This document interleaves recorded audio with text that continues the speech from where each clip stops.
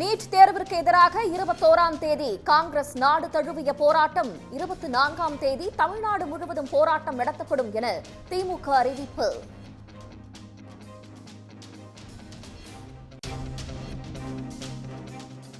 பீகாரில் நீட் வினாத்தாளை மாணவர்களுக்கு ஒரு நாள் முன்னதாக கொடுத்து மனப்பாடம் செய்ய வைத்தது அம்பலம். முறைகேட்டில் சிக்கிய மாணவருக்கு பீகார் அமைச்சர் ஒருவர் உதவியதும் கண்டுபிடிப்பு.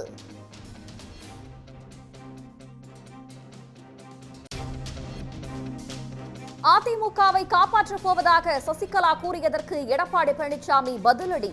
3 ஆண்டுகள் வேலைக்கு செல்லாமல் திடீர் என வேலைக்கு செல்வது போல் இருப்பதாக கிண்டல்.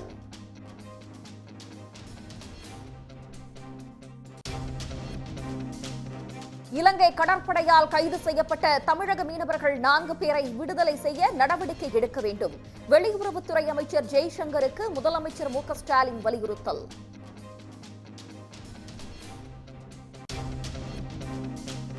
இடைத்தேர்தல் நடைபெறும் விக்கிரவாண்டி தொகுதியில் திமுக வேட்பாளர் அன்னியூர் சிவா வேட்புமனு தாக்கல்.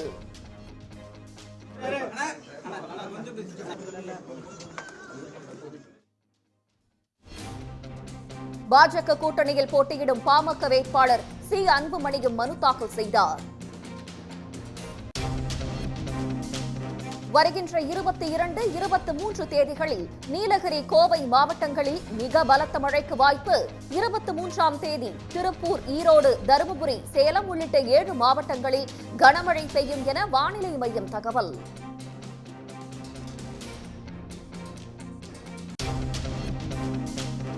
பிறந்தநாள் வாழ்த்து கூறிய முதலமைச்சர் மு க ஸ்டாலினுக்கு ராகுல் காந்தி நன்றி. தனக்கு ஸ்வீட் பாக்ஸ் வரும் என்று காத்திருப்பதாகவும் ராகுல் சுவாரஸ்ய பதிவு. நீட் தேர்வு முறைகேட்டை கண்டித்து வருகின்ற 24ஆம் தேதி ஆர்ப்பாட்டம் நடத்த இருப்பதாக திமுக மாணவர் அணி அறிவித்துள்ளது. இளநிலை மருத்துவ படிப்பில் மாணவர்களை சேர்ப்பதற்காக நடத்தப்பட்ட நீட் நுழைவுத் தேர்வில் பல்வேறு மாநிலங்களில் முறைகேடு நடந்திருப்பது வெளிச்சத்திற்கு வந்துள்ளது. குறிப்பாக பாஜக ஆளும் மாநிலங்களில் நடந்த இந்த மோசடி குறித்து பலர் கைதாகியுள்ளனர். நீட் தேர்வின் நம்பகத்தன்மை பற்றி எதிர்க்கட்சித் தலைவர்கள் கேள்வி எழுப்பியுள்ள நிலையில் பல மாநிலங்களில் மீண்டும் நீட் தேர்வு நடத்த மாணவர் சங்கங்கள் பேரணி மூலம் வலியுறுத்தி வருகின்றனர். தமிழ்நாட்டிலும் ஆரம்பம் முதலே சர்ச்சைக்குரிய நீட் தேர்வை ரத்து செய்யும்படி திமுக சார்பில் வலியுறுத்தப்பட்டு வருகிறது. இந்த நிலையில் அண்மையில் நடந்த இந்த நீட் முறைகேடு தொடர்பாக வரும் 24ஆம் தேதி சென்னை வள்ளுவர் கோட்டத்தில் கண்டன ஆர்ப்பாட்டம் நடத்த உள்ளதாக திமுக மாணவர் அணிச் செயலாளர் எழிலரசன் அறிவித்துள்ளார். காலை 9 மணிக்கு தொடங்கவுள்ள இந்த ஆர்ப்பாட்டத்தில் நீட் தேர்வு தமிழ்நாட்டிற்கு தேவையில்லை என்று நிறைவேற்றி அனுப்பிய சட்ட மசோதாவுக்கு உடனே ஒப்புதல் தர வலியுறுத்தப்பட்டுள்ளது. அத்துடன் நீட் தேர்வில் நடந்த மோசடிகள், குளறுபடிகளை களைவதற்கு மேல் நடவடிக்கை எடுக்கவும் வலியுறுத்தப்பட்டுள்ளது. நீட் தேர்வில் பல்வேறு முறைகேடுகள் அரங்கேறி இருப்பதால் அந்த தேர்வை ரத்து செய்ய வலியுறுத்தி நாளை மறுநாள் நாடு தழுவிய அளவில் கண்டன போராட்டம் நடத்தப்படும் என்று காங்கிரஸ் கட்சி அறிவித்துள்ளது. மாணவர்களின் மருத்துவர் கனவை கேள்விக்குள்ளாக்கியுள்ள நீட் தேர்வை ரத்து செய்து மீண்டும் தேர்வை நடத்த வேண்டும் என்று ஒன்றிய அரசுக்கு பல்வேறு தரப்பினர் அழுத்தம் கொடுத்து வருகின்றனர். இதன் ஒரு பகுதியாக நீட் தேர்வு முறைகேடுகளை கண்டித்து நாளை மறுநாள் அனைத்து மாநிலங்களிலும் உள்ள கட்சி தலைமை அலுவலகங்கள் முன்பு ஆர்ப்பாட்டம் நடைபெறும் என்று காங்கிரஸ் பொதுச் செயலாளர் கே சி வேணுகோபால் தெரிவித்துள்ளார். இதற்கிடையே நீட் தேர்வு முறைகேடுகளை கண்டித்து இந்த மாதம் 24ஆம் தேதி நாடாளுமன்ற கட்டிடத்தை முற்றுகையிடப் போவதாக காங்கிரஸ் கட்சியின் மாணவர் அணி அறிவித்துள்ளது. நீட் தேர்வு முறைகேடுகளை தடுக்க தவறிய ஒன்றிய கல்வித்துறை அமைச்சர் தர்மேந்திர பிரதான் பதவி விலக வேண்டும் என்றும் காங்கிரஸ் மாணவர் அணி வலியுறுத்தியுள்ளது. இதற்கிடையே பழைய நாடாளுமன்ற கட்டிடத்தின் முன்பகுதியில் இருந்த காந்தியடிகள் சிலை, அம்பேத்கர் சிலை மற்றும் சத்ரபதி சிவாஜி சிலை அகற்றப்பட்டு வேறு இடத்தில் நிறுவப்பட்டதற்கு காங்கிரஸ் கட்சி கண்டனம் தெரிவித்துள்ளது. முன்பிருந்த இடத்திலேயே அந்த சிலைகளை மீண்டும் நிறுவ வேண்டும் என்றும் மக்களவை சபாநாயகர், மாநிலங்களவை தலைவர் ஆகியோருக்கு காங்கிரஸ் தலைவர் மல்லிகார்ஜுன கார்கே கடிதம் எழுதியுள்ளார். பீகார் மாநிலத்தில் அரங்கேற்றப்பட்ட நீட் தேர்வு வினாத்தாள் முறைகேட்டில் ஒரு மாணவருக்கு அமைச்சரே உதவியிருக்கும் அதிர்ச்சி தகவல் வெளியாகியுள்ளது. ஹரியானா, ராஜஸ்தான், குஜராத் மற்றும் பீகார் மாநிலங்களில் நடைபெற்ற நீட் தேர்வில் பல முறைகேடுகள் நடைபெற்றிருப்பது விசாரணையில் தொடர்ந்து வெளிச்சத்திற்கு வந்த வண்ணம் உள்ளது. இந்த சூழலில் பாஜக கூட்டணி ஆளும் பீகார் மாநிலத்தில் நீட் தேர்வு வினாத்தாள் முன்கூட்டியே வெளியானது தொடர்பாக சில மாணவர்களிடம் சிறப்பு புலனாய்வு குழுவினர் விசாரணை மேற்கொண்டிருக்கிறார்கள். இவர்களில் அனுராக் என்ற மாணவர் அரசினர் விருந்தினர் மாளிகையில் தங்கியதும் இதற்கான பரிந்துரையை அந்த மாநில அமைச்சர் ஒருவரே செய்ததும் விசாரணையில் அம்பலமாகியுள்ளது. 3 நாட்களுக்கு முன்பு கைதான நீட் தேர்வு தரகரும் பொறியாளருமான சிக்கந்தர் என்பவர் மாணவர் அனுராக்கை அரசினர் விருந்தினர் மாளிகைக்கு அழைத்துச் சென்றதை ஒப்புக்கொண்டுள்ளார். மறுபுறத்தில் ஆயுஷ்ராஜ், அபிஷேக் குமார் மற்றும் சிவநந்தன் குமார் ஆகிய 3 மாணவர்களுக்கு ஒரு நாளுக்கு முன்பே நீட் தேர்வு வினாத்தாள் விற்பனை செய்யப்பட்டது தெரியவந்துள்ளது. பீகாரில் நீட் வினாத்தாளை 24 மணி நேரத்திற்கு முன்பு 32 லட்சம் ரூபாய் பெற்றுக்கொண்டு கசியவிட்டதாக தரகர் சிக்கந்தர் உள்ளிட்ட 3 பேர் 3 நாட்களுக்கு முன்பு கைதாகினர். வினாத்தாளை முன்கூட்டியே பெறுவதற்காக கொடுக்கப்பட்ட முன் தேதியிட்ட காசோலைகள் 3 நாட்களுக்கு முன்பு பறிமுதல் செய்யப்பட்டன. வினாத்தாள்களும் எரிந்த நிலையில் கண்டெடுக்கப்பட்டன. முறைகேடு முடிச்சுகள் தொடர்ந்து அவிழ்க்கப்பட்டு வருவதால் நீட் தேர்வு ரத்து செய்யப்படும் வாய்ப்புகள் உருவாகியுள்ளது. இலங்கை கடற்படை கைது செய்திருக்கும் தமிழ்நாடு மீனவர்களை விடுவிக்க தூதரக முயற்சியை மேற்கொள்ளும்படி ஒன்றிய அரசை முதலமைச்சர் மு க ஸ்டாலின் வலியுறுத்தியிருக்கிறார். வெளியுறவுத்துறை அமைச்சர் ஜெய்சங்கருக்கு முதலமைச்சர் மு க ஸ்டாலின் எழுதிய கடிதத்தில் அனைத்து மீனவர்களையும் விடுவிக்க நடவடிக்கை எடுக்குமாறு கேட்டுக் கொண்டுள்ளார். புதுக்கோட்டை மாவட்டம் கோட்டைப்பட்டினம் துறைமுகத்தில் இருந்து மீன்பிடிக்க சென்றபோது விசைப்படகுடன் 4 மீனவர்களை இலங்கை கடற்படை கைது செய்ததை சுட்டிக்காட்டிய முதலமைச்சர், இது மீனவர்களின் வாழ்வாதாரத்தை சீர்குலைப்பதுடன் மீனவ சமுதாயத்தினரிடையே அச்ச உணர்வை ஏற்படுத்தும் என்றார்.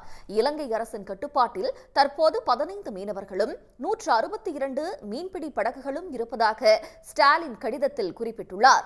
எனவே இலங்கை கடற்படை கைது செய்திருக்கும் தமிழ்நாடு மீனவர்களை விடுவிப்பது தொடர்பாக தூதரக நடவடிக்கைகள் மேற்கொள்ளும்படி ஜெய்சங்கரிடம் முதலமைச்சர் மு க ஸ்டாலின் கேட்டுக் கொண்டுள்ளார். அதிமுகவில் ரீ என்ட்ரி கொடுத்திருப்பதாக சசிகலா கூறியதை விமர்சித்துள்ள அதிமுக பொதுச் செயலாளர் எடப்பாடி பழனிசாமி, 3 ஆண்டுகள் லீவு போட்டு மீண்டும் வேலைக்கு போவது போல் அவரது பேச்சு இருப்பதாக பதிலடி கொடுத்திருக்கிறார். இத்தனை நாட்கள் கட்சியை காப்பாற்றியது யார் என்றும் அவர் கேள்வி எழுப்பியுள்ளார். இருவரும் கூறிய கருத்துக்களை இப்போது பார்க்கலாம். ஒரு குறிப்பிட்ட ஜாதி அப்படின்னு நினைச்சு அவங்க என்ன பண்றாங்க, ஜாதி அரசியலுக்குள்ள போறாங்க. நிறைய ஜாதி அமைப்புகள் தனி அமைப்பு வச்சுக்கிட்டுலாம் நடத்துறாங்க. அப்படி ஆசைப்பட்டாங்கன்னா அந்த மாதிரி போய் பண்ணலாம். அதுல நம்ம ஒன்றும் தலையிட போறதில்லை. ஆனா இது தலைவர் ஆரம்பிச்ச இயக்கம், அம்மா வளர்த்த இயக்கம், இதுல அந்த மாதிரி செய்யறத யாரும் பொறுத்துக்க மாட்டாங்க. நம்ம தொண்டர்களும் பொறுத்துக்க மாட்டாங்க, நானும் பொறுத்துக்க மாட்டேன். நான் அப்படியெல்லாம் நினைச்சிருந்தா நான் ஏன் பெங்களூர் போறப்ப இவருக்கு முதலமைச்சர் பதவி கொடுத்துட்டு போறேன்? நான் ஜாதி பார்த்திருந்தா அதை செஞ்சிருப்பேனா? நான் ஜாதி பார்க்கல. சசிகலா அவர்கள் அதிமுக ஜாதி கட்சி அப்படின்னு சொல்றாங்க. எந்த அடிப்படையில் சொல்றாங்கன்னு திருப்பி கேளுங்க. இவர் ஜாதி, இவர் ஜாதி, எந்த ஜாதி? அனைத்து இந்திய அண்ணா திராவிட முன்னேற்ற கழகத்தில் இதயம் புரட்சி தலைவி அம்மா இருக்கின்ற பொழுது பதவி கொடுத்தவருக்கு தான் இப்பொழுதும் பதவி கொடுத்தது. தலைமை கழக நிர்வாகி என்றால் எல்லா ஜாதிகளும், இஸ்லாமியர் கூட எங்கள் அவைத்தலைவர், எல்லா ஜாதியும் தான் இருக்குது. அவர்கள் ஏதாவது ஒரு குறை சொல்ல வேண்டும் என்பதற்காக குறை சொல்றாங்க. வேற என்ன செய்வது? நல்ல நேரம் இப்ப வந்துருச்சு. நான் இத்தனை நாள் சொன்னது வேற. இப்போ நம்மளுடைய நேரம் சரியா கணிஞ்சு வந்திருக்கு. இதுதான் நான் சொல்லிக்கிட்டு வந்தேன் இல்லையா, அதுக்கு இதுதான் நேரம். அனைத்து இந்திய அண்ணா திராவிட முன்னேற்ற கழகம் முடிஞ்சு போச்சு அப்படின்னு நினைக்க முடியாது. ஏன்னா என்னோட என்ட்ரி ஆரம்பிச்சிருக்கு. இத்தனை நாள் யார் காப்பாற்றிட்டு இருக்கிறா? இப்போதான் காப்பாற்றி வந்திருக்காங்களா? இது என்ன ரீ என்ட்ரி? என்ன வேலைக்கு போகிறதா? எனக்கு வேலைக்கு போயிட்டு இருந்து ஒரு 3 வருஷம் நின்று விட்டு மறுபடியும் வேலைக்கு சேர்ந்துக்கலாம். 2021 என்ன சொன்னாங்க? நான் பொது வாழ்விலிருந்து விலகி விட்டேன்னு சொன்னாங்க. இப்போ ரீ என்ட்ரிங்கிறாங்க. இத்தனை நாள் கட்சி காப்பாற்றினது யாரு? பிரிந்திருக்க சக்திகள் அனைத்து இந்திய அண்ணா முன்னேற்ற கழகத்தினுடைய பிரிந்திருக்க சக்திகள் ஒன்றிணையவில்லை என்றால் எந்த காலத்திலும் வெற்றி வர முடியும். அதிமுக ஆட்சி நான் முதலமைச்சர் இருந்தபோது பெரும்பான்மையை நிரூபிக்க வேண்டும் என்று கவர்னர் உத்தரப்படி நம்முடைய மாண்புமிகு சட்டப்பேரவைத் தலைவர் அறிவித்து அதை வாக்கெடுக்கும் போது எதிர்த்து ஓட்டு போட்டவர். இவர் எப்போ கட்சிக்கு விசுவாசமாக இருக்கார்? எப்பவுமே இருந்ததில்லை. ஓபிஎஸ் எப்பொழுதுமே அதிமுக விசுவாசமாக இருந்தது சரித்திரமே கிடையாது. சுயநலமாக தான் செயல்படுவார். இப்போ கூட சுயநலத்தில் தானே அங்கே போய் போட்டிட்டார், ஜெயிச்சா மத்திய மந்திரி ஆகலான்னு. ஆனால் நாட்டு மக்கள் அவருக்கு சரியான தண்டனை கொடுத்துருக்கிறார். ஒரு பலாப்பழத்தை போய் வச்சு பூஜை பண்ணுறவரை எப்படி அனைத்து இந்திய அண்ணா திராவிட ஒரு தொண்டை ஏற்றுக்குவான்? சொல்லுங்க பார்க்கலாம். டெல்லி காங்கிரஸ் கட்சியின் தலைமை அலுவலகத்தில் கேக் வெட்டி பிறந்தநாள் கொண்டாடிய ராகுல் காந்திக்கு கட்சியின் தலைவர் மல்லிகார்ஜுன கார்கே, பிரியங்கா காந்தி உள்ளிட்டோர் வாழ்த்து தெரிவித்தனர். காங்கிரஸ் கட்சியின் முன்னாள் தலைவரும் ரேபரேலி மற்றும் வயநாடு மக்களவைத் தொகுதிகளில் சமீபத்தில் போட்டியிட்டு வென்றவருமான ராகுல் காந்திக்கு இன்று பிறந்த நாளாகும். அவரது 54வது பிறந்த நாளை ஒட்டி டெல்லியில் உள்ள காங்கிரஸ் கட்சி அலுவலகத்தில் கேக் வெட்டி பிறந்தநாள் கொண்டாடினர். அக்கட்சியின் அகில இந்திய தலைவர் மல்லிகார்ஜுன கார்கே ராகுல் காந்திக்கு கேக் கூட்டி பிறந்தநாள் வாழ்த்துக்களை தெரிவித்துக் கொண்டார். அதுபோல கட்சியின் பொதுச் செயலாளர் பிரியங்கா காந்தி ராகுல் காந்திக்கு கேக் கூட்டி பிறந்தநாள் வாழ்த்துக்களை தெரிவித்துக் கொண்டார்.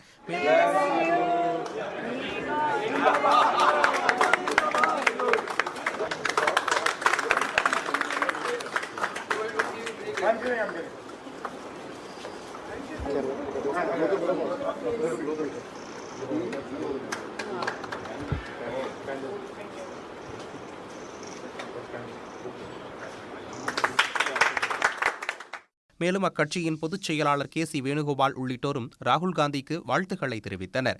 தெலங்கானா தலைநகர் ஐதராபாத்தில் காங்கிரஸ் தொண்டர்கள் ராகுல் காந்திக்கு பிரம்மாண்டமான கட் அவுட் அமைத்து அதற்கு கிரேன் மூலம் பூக்களை தூவி கொண்டாட்டத்தில் ஈடுபட்டனர்.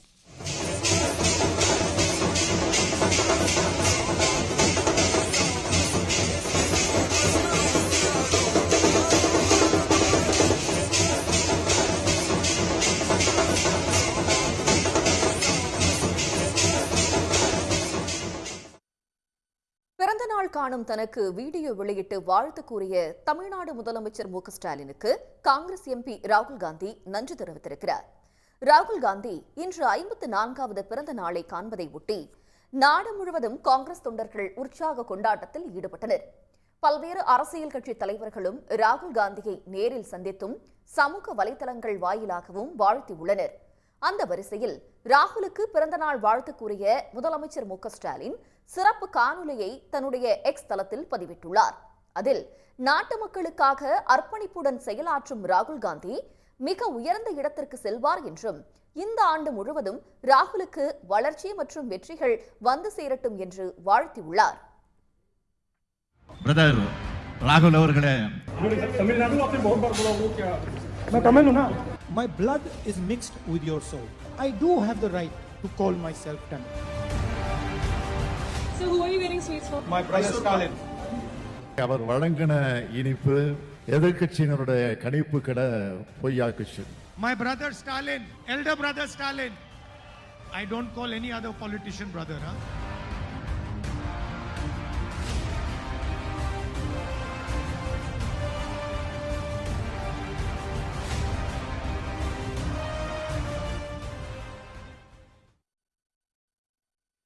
இந்த நிலையில் முதலமைச்சர் மு க ஸ்டாலின் பதிவிட்ட வீடியோவை எக்ஸ் தளத்தில் டாக் செய்து வாழ்த்தியமைக்கு நன்றி கூறியுள்ள ராகுல் காந்தி இன்றைய தினம் தனக்கு ஸ்வீட் பாக்ஸ் வரும் என காத்திருப்பதாக சுவாரஸ்யத்துடன் பதிவிட்டிருக்கிறார். முன்னதாக ராகுல் காந்தியின் பிறந்த நாளை ஒட்டி காங்கிரஸ் சார்பில் சிறப்பு காணொலி ஒன்றும் வெளியிடப்பட்டிருந்தது குறிப்பிடத்தக்கது. சொந்த கட்சியினரை விமர்சிக்கும் நிர்வாகிகள் மீது நடவடிக்கை எடுக்க வேண்டும் என பாஜக மேலிட பொறுப்பாளர் அரவிந்த் மேனனிடம் தமிழிசை சவுந்தரராஜன் புகார் அளித்துள்ளார்.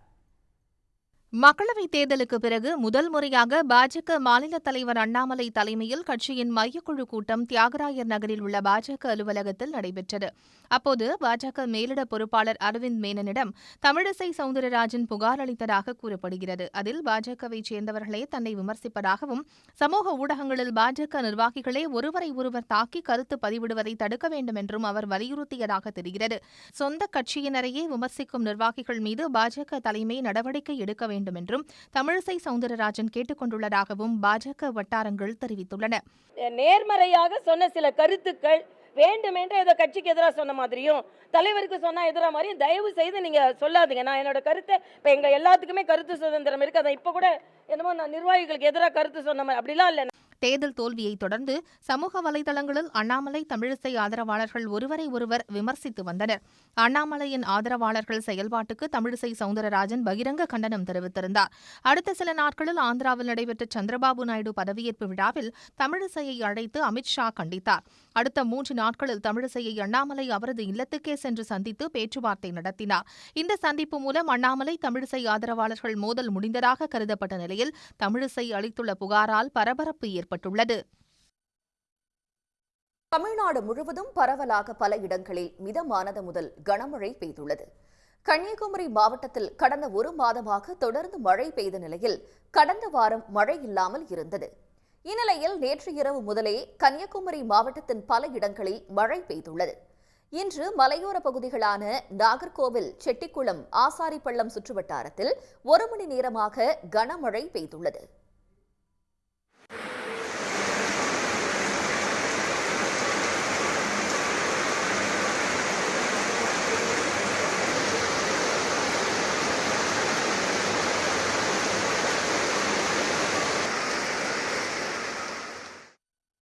தூத்துக்குடி மாநகரில் பிற்பகலில் 1/2 மணி நேரம் மழை வெளுத்து வாங்கியதால் பழைய பேருந்து நிலையம், மட்டக்கடை, பிரையன் நகர், 3வது மைல் பகுதிகளில் தாழ்வான இடங்களில் மழை நீர் தேங்கியது. வெப்பம் தணிந்து குளிர்ச்சியான சூழல் நிலவியதால் மக்கள் மகிழ்ச்சியடைந்தனர். கடலூர் மாவட்டம் வேப்பூர், சேப்பாக்கம், பெரியநெசலூர், தொண்டங்குறிச்சி, அரியநாச்சி உள்ளிட்ட பகுதிகளில் காற்றுடன் கூடிய கனமழை பெய்தது.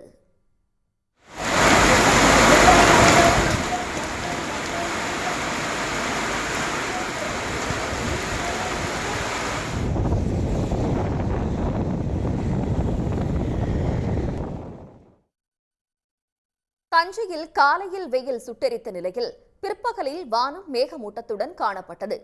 தஞ்சை, வல்லம், நாஞ்சிக்கோட்டை, திருக்கானூர்பட்டி பகுதிகளில் 1 மணி நேரம் மழை கொட்டியதால் குளிர்ச்சியான சூழல் நிலவியது. தஞ்சாவூர்ல பகல் ஃபுல்லா நல்லா வெயில் அடிச்சிச்சு. சாயந்தரத்துக்கு மேல 1 மணி நேரம் நல்ல கடுமையான மழை பெஞ்சிச்சு. அதனால இப்போ வேலை பார்க்காம உரமும் பொதுவி நின்றுட்டு இருக்கோம். இப்போ நல்லா காற்று, குளிர் காற்றா அடிக்குது. செங்கல்பட்டு மாவட்டம் மதுராந்தகம் சுற்றுவட்டாரத்தில் இடி மற்றும் பலத்த சூறைக்காற்றுடன் 1 மணி நேரமாக மழை கொட்டி தீர்த்தது. சேலம் மாவட்டம் வாழப்பாடி பகுதிகளில் 1/2 மணி நேரமாக மிதமான மழை பெய்தது. இந்தியாவில் தனிநபர்கள் அதிகம் செலவு செய்யும் மாநிலங்கள் பட்டியலில் தமிழ்நாடு முன்னிலையில் உள்ளது. குறிப்பாக நகர்ப்புறம் மற்றும் கிராமப்புற மக்கள் செலவிடும் தொகையின் வித்தியாசம் தேசிய சராசரியை விட தமிழ்நாட்டில் மிக குறைவாக உள்ளது. இதற்கான காரணங்கள் என்ன? புள்ளி விவரங்கள் சொல்வது என்ன? 2022-23 நிதியாண்டில் வீட்டு நிர்வாக நுகர்வுச் செலவுகள் தொடர்பாக ஒன்றிய புள்ளியியல் மற்றும் திட்ட அமைச்சகம் வெளியிட்டுள்ள தரவுகளின்படி தமிழ்நாட்டில் நகர்ப்புறங்களில் தனிநபர் மாதாந்திர செலவினம் 7,630 ரூபாயாகவும் கிராமப்புறங்களில் 5,310 ரூபாயாகவும் அதிகரித்திருக்கிறது. தமிழ்நாட்டில் நகர்ப்புற, கிராமப்புற தனிநபர் செலவின வித்தியாசம் 44% உள்ளது. இது தேசிய சராசரியான 71% விட மிகவும் குறைவானதாகும். பரவலாக்கப்பட்ட வளர்ச்சியை இலக்காக கொண்டு தமிழ்நாடு அரசு செயல்படுத்தும் திட்டங்களே இதற்கு காரணம் என ஆய்வாளர்கள் கூறுகின்றனர். இந்தியாவிலேயே நம்பர் 1 பொசிஷனுக்கு தமிழ்நாடு வந்திருக்கு. இது ஆச்சரியப்படுறதுக்கு எதுவும் இல்லை. ஏன்னா கிராமப்புறத்தில் வாழ்றவங்களுக்கும் நகர்ப்புறத்தில் வாழ்றவங்களுக்கும் உண்டான ஏற்றத்தாழ்வு, அந்த ஏற்றத்தாழ்வு தமிழ்நாட்டில் தான் மிகவும் குறைஞ்சிருக்கு. இந்தியாவிலேயே அதிகமான ஏடிஎம்ஸ், அதாவது பணம் எடுக்கக்கூடிய வசதிக்கூடிய ஏடிஎம்ஸ் தமிழ்நாட்டில் தான் இருக்கு. இந்தியாவிலேயே அதிகமான டாக்டர்ஸ் எங்க இருக்காங்கன்னா தமிழ்நாட்டில் தான் இருக்காங்க. இந்தியாவிலேயே அதிகமாக படிக்கக்கூடிய இன்ஜினியர்ஸ் எங்க இருக்காங்கன்னா கேட்டீங்கன்னா தமிழ்நாட்டில் தான் இருக்காங்க. இந்தியாவிலேயே அதிகமான ஃபேக்டரிஸ் எங்க இருக்குன்னு கேட்டீங்கன்னா தமிழ்நாட்டில் தான் இருக்கு. நம்ம மாநிலத்திலே ஒரு கிட்டத்தட்ட 7-8 ஏர்போர்ட் இருக்கு. அப்படின்னா பாருங்களேன், ஒரு பரந்துபட்ட வளர்ச்சி அடைஞ்ச ஒரு மாநிலமா இருக்கு. குறிப்பா இந்த டிராவிடியன் மாடல், அந்த Dravidian ideology of inclusive growth, அதாவது அனைவருக்குமான வளர்ச்சி, சமூக நீதியுடன் கூடிய வளர்ச்சி, அதுதான் ஒரு முக்கிய காரணமா இருந்திருக்கு. தனிநபர் செலவிடும் பட்டியலில் முன்னிலையில் உள்ள தமிழ்நாடு பதப்படுத்தப்பட்ட உணவுகளுக்காக அதிகம் செலவிடும் மாநிலங்களில் முதலிடத்தில் இருக்கிறது. கிராமங்களில் 28.4%, நகரங்களில் 33.7% பதப்படுத்தப்பட்ட உணவுகளுக்காக செலவு செய்யப்பட்டுள்ளது. தமிழ்நாட்டில் தனிநபர் மொத்த செலவினங்களை பொறுத்தவரை நகர மற்றும் கிராமங்களில் உணவு அல்லாத பொருட்களின் பங்கு அதிகமாக இருக்கிறது. 20 வருடங்களுக்கு அல்லது 10-20 வருடங்களுக்கு முன்பை விட இப்பொழுது மக்கள் பொதுவெளியில் ஒரு ஹோட்டலுக்கு சென்று அதிகமாக வாரத்திற்கு ஒரு முறையோ 2 முறையோ குடும்பமாக சென்று சாப்பிடுவது. அதோடு மட்டும் உடை விஷயத்தில் உடை இப்போது கூட உடையை அதற்காக உடைக்காக செலவு செய்வது என்பது ஆன்லைனில் அது ஆன்லைன் வியாபார ரீதியாக உடைகளை பார்சல் சர்வீஸில் பெற்றுக்கொள்வது, இவை அனைத்துமே மிகப்பெரிய அளவிற்கு மாற்றம் இருக்கின்றது. அதோடு இந்த கிராமத்தில் எதற்காக எப்படி நகரத்தில் இருப்பது முதலாவதாக காரணம் பணப்புழக்கம். இரண்டாவதான காரணம் இந்த பணப்புழக்கத்திற்கான என்ன காரணம் என்னவென்றால், இது ஒன்று கிராமங்கள் வளர்ச்சி அடைகின்றதா என்பதை விட நகரங்களின் விரிவாக்கத்தின் தாக்கம் கிராம பகுதிகளில் இருக்கின்றது.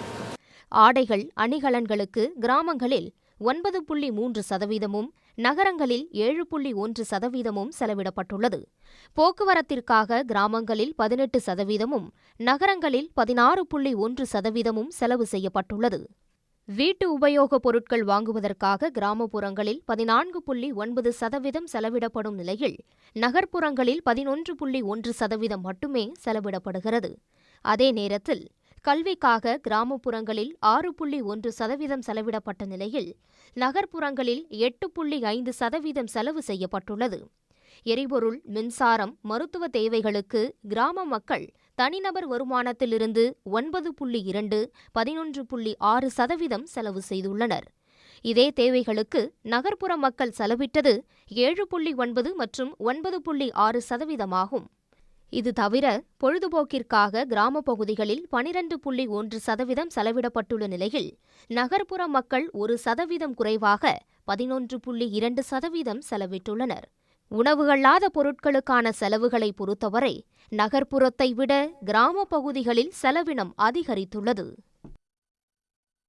தமிழ்நாடு சட்டப்பேரவை கூட்டத்தொடர் நாளை தொடங்க இருக்கும் நிலையில் பல புதிய திட்டங்களுக்கான அறிவிப்புகள் வெளியாகும் என எதிர்பார்க்கப்படுகிறது. மக்களவைத் தேர்தல் நடைமுறைகள் முடிந்துள்ள நிலையில் துறை வாரியாக மானிய கோரிக்கை விவாதங்களுக்காக சட்டப்பேரவை நாளை மீண்டும் கூடுகிறது. முதல் நாள் கூட்டத்தில் மறைந்த விக்கிரவாண்டி எம்எல்ஏ புகழேந்தி மறைவுக்கு இரங்கல் தீர்மானம் நிறைவேற்றி அன்றைய தினம் பேரவைக் கூட்டம் ஒத்திவைக்கப்படும். நாளை மறுநாள் 21ஆம் தேதி காலை 10 மணிக்கு பேரவை கூடியதும் நிகழ்வுகளை காலை 9:30 மணிக்கு தொடங்குவது தொடர்பான தீர்மானத்திற்கு ஒப்புதல் பெறப்பட்டு நிறைவேற்றப்படும். அதையடுத்து வரும் 22ஆம் தேதி முதல் 29ஆம் தேதி வரை காலை 9:30 மணிக்கு பேரவை கூட்டம் தொடங்கும். வரும் 21ஆம் தேதி முதல் 28ஆம் தேதி வரை சட்டப்பேரவை கூட்டம் காலை மாலை என 2 அமர்வுகளாக நடைபெறவுள்ளது. மானிய கோரிக்கை மீதான விவாதம் 8 நாள் நடைபெறும் நிலையில் கூட்டத்தில் பல்வேறு புதிய அறிவிப்புகள் வெளியாகும் என எதிர்பார்க்கப்படுகிறது. குறிப்பாக கலைஞர் மகளிர் உரிமை திட்டத்தின் கீழ் பயனாளிகள் விரிவாக்கம் உள்ளிட்டவற்றுக்கான அறிவிப்புகள் வெளியாகும் என எதிர்பார்க்கப்படுகிறது. வரும் 22, 23ஆம் தேதிகளில் நீலகிரி, கோவை மாவட்டங்களில் மிக கனமழை பெய்யக்கூடும் என்று சென்னை வானிலை மையம் அறிவித்துள்ளது. சென்னை வானிலை மையம் வெளியிட்டுள்ள அறிவிப்பில் நாளை மற்றும் நாளை மறுநாள் தமிழ்நாட்டின் ஒரு சில இடங்களிலும் புதுவை மற்றும் காரைக்கால் பகுதிகளில் மிதமான மழை பெய்யும் என்றும் தெரிவிக்கப்பட்டுள்ளது. வரும் 22 மற்றும் 23ஆம் தேதிகளில் நீலகிரி மற்றும் கோவை மாவட்டங்களில் மிக கனமழை பெய்யும் என்றும் அறிவித்துள்ளது. 22ஆம் தேதி திருப்பூர், திண்டுக்கல் மற்றும் தேனி மாவட்டங்களில் ஓரிரு இடங்களில் கனமழையும், 23ஆம் தேதி திருப்பூர், திண்டுக்கல், ஈரோடு, தேனி, சேலம் மற்றும் தருமபுரி மாவட்டங்களில் கனமழை பெய்யக்கூடும் என்றும் அறிவிக்கப்பட்டுள்ளது. 24 மற்றும் 25 ஆகிய நாட்களில் தமிழ்நாட்டில் ஓரிரு இடங்களிலும் புதுவை, காரைக்கால் பகுதிகளில் மிதமான மழை பெய்யும் என்றும் தெரிவிக்கப்பட்டுள்ளது. மாஞ்சோலை தேயிலை தோட்ட தொழிலாளர்களுக்கு மறுவாழ்வு வசதிகளை செய்து தரும் வரை வெளியேற்றக்கூடாது என்று உயர்நீதிமன்ற கிளை உத்தரவிட்டுள்ளது. நெல்லை மாவட்டம் மாஞ்சோலையைச் சேர்ந்த அமுதா என்பவர் தொடுத்த வழக்கில் குத்தகை காலம் முடிவடைவதற்கு முன்பாகவே தேயிலை தோட்ட தொழிலாளர்களை அங்கிருந்து வெளியேற்றும் நடவடிக்கை எடுக்கப்பட்டு வருவதாக தெரிவிக்கப்பட்டுள்ளது. முன்கூட்டியே வெளியே அனுப்பும் தொழிலாளர்களில் 60 வயது எட்டியவர்களுக்கு எவ்விதமான தொகையும் வழங்கப்படவில்லை என்றும் 4 தலைமுறைகளாக வசித்து வரும் தங்களுக்கு மறுவாழ்வு உதவிகளை அரசு செய்ய வேண்டும் என்றும் மனுதாரர் வலியுறுத்தினார். ஆகஸ்ட் மாதம் முதல் தேயிலை தோட்ட தொழிலாளர்கள் வேலை இழக்கும் நிலையில் அவர்களுக்கு மாணவர்களுக்கு கன்னியாகுமரி அரசு ரப்பர் தோட்ட கழகம், களக்காடு முண்டந்துறை புலிகள் சரணாலய பகுதிகள் மற்றும் அங்கன்வாடிகளில் பணி வழங்க வேண்டும் என்றும் மனுதாரர் கோரிக்கை விடுத்தார். இந்த வழக்கு பொறுப்பு தலைமை நீதிபதி மகாதேவன், நீதிபதி சுவாமிநாதன் அமர்வில் விசாரணைக்கு வந்தது. அப்போது மனுதாரர் தரப்பில் ஆஜரான வழக்கறிஞர் மாஞ்சோலை தேயிலை தோட்ட தொழிலாளர்களுக்கு இலவச வீட்டுமனை பட்டா, கலைஞர் கனவு இல்ல திட்டத்தின் கீழ் வீடு போன்றவற்றை செய்து தர வேண்டும் என வாதிட்டார். இதை கேட்ட நீதிபதிகள் மாஞ்சோலை தேயிலை தோட்ட தொழிலாளர்களுக்கு மறுவாழ்வு வசதிகளை செய்து தரும் வரை வெளியேற்றக்கூடாது என உத்தரவிட்டனர். மேலும் வழக்கு தொடர்பாக ஒன்றிய அரசு மற்றும் மாநில அரசு தரப்பில் நாளை மறுநாள் உரிய விளக்கமளிக்க உத்தரவிட்டு வழக்கு விசாரணையை ஒத்திவைத்தனர். ஆபாச வீடியோ உள்ளதாக கூறி தருமபுரம் ஆதீனத்தை மிரட்டிய வழக்கில் அவரது முன்னாள் உதவியாளரின் ஜாமீன் மனுவை மாவட்ட அமர்வு நீதிமன்றம் தள்ளுபடி செய்து உத்தரவிட்டது. மயிலாடுதுறை தர்மபுர ஆதீனம் 27வது சன்னிதானத்தின் ஆபாச வீடியோ இருப்பதாக கூறி பணம் கேட்டு மிரட்டியதாக கடந்த பிப்ரவரி மாதம் பாஜகவைச் சேர்ந்த மயிலாடுதுறை மாவட்ட தலைவர் அகோரம், ஆடுதுறை வினோத், விக்னேஷ், குடியரசு, ஸ்ரீனிவாஸ் ஆகிய 5 பேரை போலீசார் கைது செய்து சிறையில் அடைத்தனர். இந்த வழக்கில் தலைமறைவாக இருந்து வந்த தர்மபுரம் ஆதீனத்தின் நேர்முக உதவியாளர் திருவையாறு செந்திலை கடந்த 11ஆம் தேதி உத்தரப்பிரதேச மாநிலம் வாரணாசியில் போலீசார் கைது செய்து மயிலாடுதுறை கிளை சிறையில் அடைத்தனர். இந்த வழக்கில் ஜாமீன் கோரி செந்தில் தாக்கல் செய்த மனு நீதிமன்றத்தில் விசாரணைக்கு வந்தது. அப்போது செந்திலுக்கு ஜாமீன் வழங்கினால் மீண்டும் தலைமறைவாக வாய்ப்பு இருப்பதாக கூறி அரசு தரப்பு வழக்கறிஞர் எதிர்ப்பு தெரிவித்ததால் ஜாமீன் மனுவை தள்ளுபடி செய்து மாவட்ட நீதிமன்றம் உத்தரவிட்டது.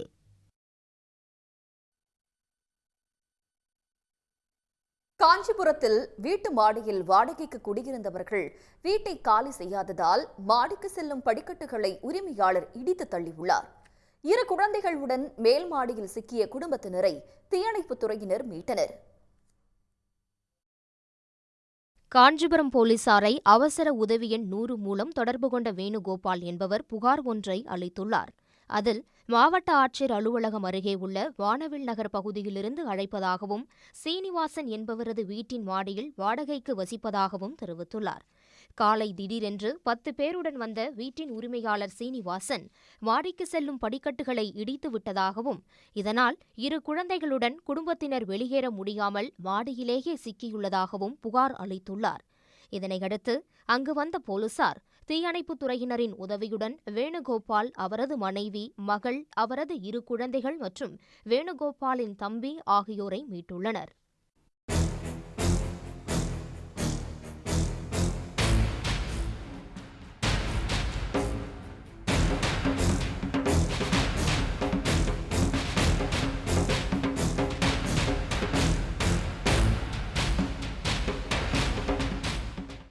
தொடர்ந்து விசாரணையில் ஈடுபட்ட போலீசார் வாடகைக்கு குடியிருந்த வேணுகோபால் கடந்த 6 மாதங்களாக வீட்டு வாடகை செலுத்தவில்லை என்பது தெரியவந்தது.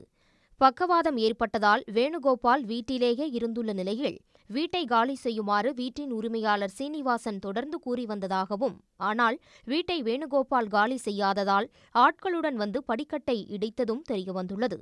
இதனையடுத்து 2 தரப்பினரிடமும் போலீசார் பேச்சுவார்த்தை நடத்தி வருகின்றனர். ஈரோடு அருகே நிலத்தடி நீர் மஞ்சள் நிறத்திற்கு மாறி துர்நாற்றம் வீசுவதால் பயன்படுத்த முடியாத நிலை ஏற்பட்டுள்ளதாக மக்கள் புகார் தெரிவித்துள்ளனர். சாயக் கழிவுகளே இதற்கு காரணம் என அவர்கள் குற்றம் சாட்டியுள்ளனர். ஈரோடு மாவட்டம் வில்லரசம்பட்டியை அடுத்துள்ள ஒண்டிக்காரன்பாளையம் பகுதியைச் சேர்ந்த பலரது வீடுகளில் ஆழ்துளை கிணற்று நீர் திடீரென பழுப்பு மற்றும் வெளிர் மஞ்சள் நிறத்திற்கு மாறியுள்ளதுடன் துர்நாற்றமும் வீசுகிறது. ஆழ்துளை கிணற்று நீரை பயன்படுத்த முடியாததால் தண்ணீரை தனியார் விற்பனையாளர்களிடம் இருந்து விலைக்கு வாங்கி பயன்படுத்தும் நிலை ஏற்பட்டுள்ளதாக அப்பகுதி மக்கள் குற்றம் சாட்டுகின்றனர். ரொம்ப மோசமாக இருக்குது. அது ஒரு ஸ்மெல்லு ரொம்ப பேட் ஸ்மெல்லாக இருக்குது. துர்நாற்றம் அடிச்சிட்டு இருக்குங்க. இதை குடிநீருக்கோ அல்லது மற்ற சமையலுக்கோ இதை உபயோகப்படுத்த முடியாது. இதேமாரி சூழ்நிலை இருந்ததுன்னா இங்கே நம்ம குடியிருந்து இந்த தண்ணி நம்ம யூஸ் பண்ணுற மாதிரி சூழ்நிலை இல்லைங்க. இதனிடையே ஆழ்துளை கிணற்று நீரை பகுப்பாய்வு கூடத்திற்கு சோதனைக்காக அனுப்பிய மக்கள் மாசு கட்டுப்பாட்டு வாரிய அதிகாரிகளுக்கும் புகார் அளித்துள்ளனர். சுமார் 1 கிலோமீட்டர் சுற்றளவு உள்ள சாய ஆலைகள் சட்டவிரோதமாக ஆழ்துளை கிணறு மூலம் சாய கழிவுகளை வெளியேற்றுவதே இதற்கு காரணம் என கிராம மக்கள் குற்றம் சாட்டுகின்றனர். விதிகளை மீறும் ஆலைகள் மீது அதிகாரிகள் கடும் நடவடிக்கை எடுக்க வேண்டும் என மக்கள் வலியுறுத்தியுள்ளனர். திருவண்ணாமலையில் 7 அம்ச கோரிக்கைகளை வலியுறுத்தி சாலை பணியாளர்கள் தண்டோரா அடித்து ஆர்ப்பாட்டம் நடத்தினர். திருவண்ணாமலை திண்டிவனம் சாலையில் நெடுஞ்சாலைத்துறை கண்காணிப்பு பொறியாளர் அலுவலகம் அமைந்துள்ளது. இந்த அலுவலகத்தின் முன்பு தமிழ்நாடு நெடுஞ்சாலைத்துறை சாலை பணியாளர்கள் சங்கத்தின் சார்பில் திரண்ட 3500க்கும் மேற்பட்ட பணியாளர்கள் தண்டோரா அடித்து கண்டன கோஷங்களை எழுப்பினர். அப்போது சுங்கச்சாவடி அமைத்து சுங்கவரியை தனியார் வசூலிக்க அனுமதிக்க கூடாது, நெடுஞ்சாலை ஆணையம் அமைக்கும் முடிவை கைவிட வேண்டும், கிராமப்புற இளைஞர்களுக்கு நெடுஞ்சாலை பராமரிப்பு பணிகளில் வேலை வழங்குவது உள்ளிட்ட 7 அம்ச கோரிக்கைகளை வலியுறுத்தினர். எங்கள் வாழ்க்கையில் ஒளியேற்றி கொடுங்கள் சொல்லி மெழுகுதிரி பிடித்து மெழுகுதிரி ஒளியேற்று போராட்டமும் நாங்கள் நடத்தி வந்தும் எந்த விதமான ஒரு முன்னேற்றமும் இந்த அரசிடம் எங்களுக்கு இல்லாத பட்சத்தில் கடந்த 10ஆம் தேதி கோட்ட பொறியாளர் அலுவலகம் முன்பு கருப்பு கொடி ஏந்தி ஆர்ப்பாட்டம் நடைபெற்றது.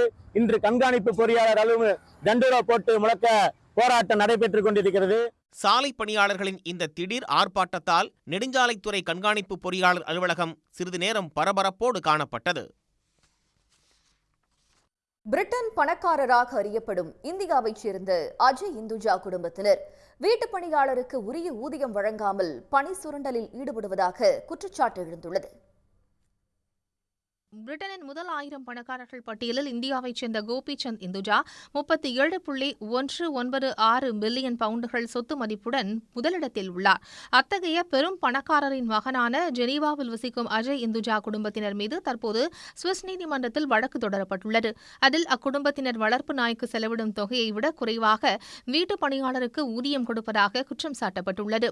இந்த வழக்கு விசாரணையின் போது பாதிக்கப்பட்ட பணியாளர் தரப்பில் ஆஜரான வழக்கறிஞர் பணியாளருக்கு நாள் ஒன்றுக்கு இந்திய மதிப்பில் 584 ரூபாய் சம்பளமாக நிர்ணயித்து 18 மணி நேரம் வேலை செய்ய வற்புறுத்தப்படுவதாக கூறினார். ஊழியரின் பாஸ்போர்ட்டையும் இந்துஜா குடும்பத்தினர் வாங்கி வைத்திருப்பதால் அவர்கள் அனுமதியின்றி வெளியே செல்ல முடிவதில்லை என்பதுடன் அவர்களது சம்பளத்தை கூட செலவு செய்ய முடியாத நிலை காணப்படுவதாக குறிப்பிட்டார்.